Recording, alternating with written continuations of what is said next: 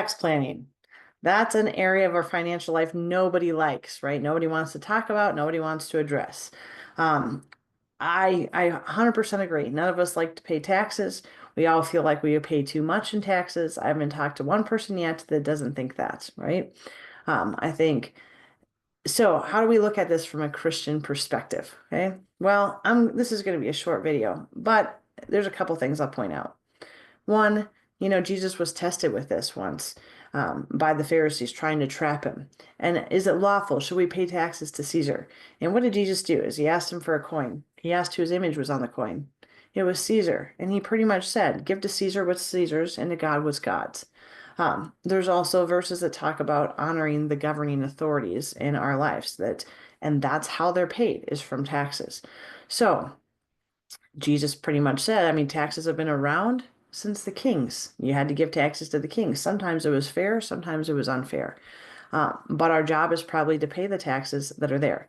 That said, I don't believe we have to pay the highest amount of tax possible. No, I think doing tax planning and being smart, again, is just being a good steward. And if there's ways that you can lower your taxable rate, and put some, I mean, I always feel like, man, I love the country I live in. I love the freedoms we have here. And it is important that there's tax money in some way, shape, or form to pay for the military, to pay for things like that, right? I 100% agree that.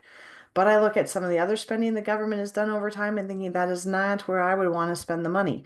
That's not what I would think is going into God's kingdom. So if I can reduce some of the taxes there and invest it more in God's kingdom, man, I would do that. So, and I don't think that that's wrong. And so as a Christian, our job is to pay the taxes, fair taxes, um, or pay the taxes that are there, maybe even if they're not so fair sometimes.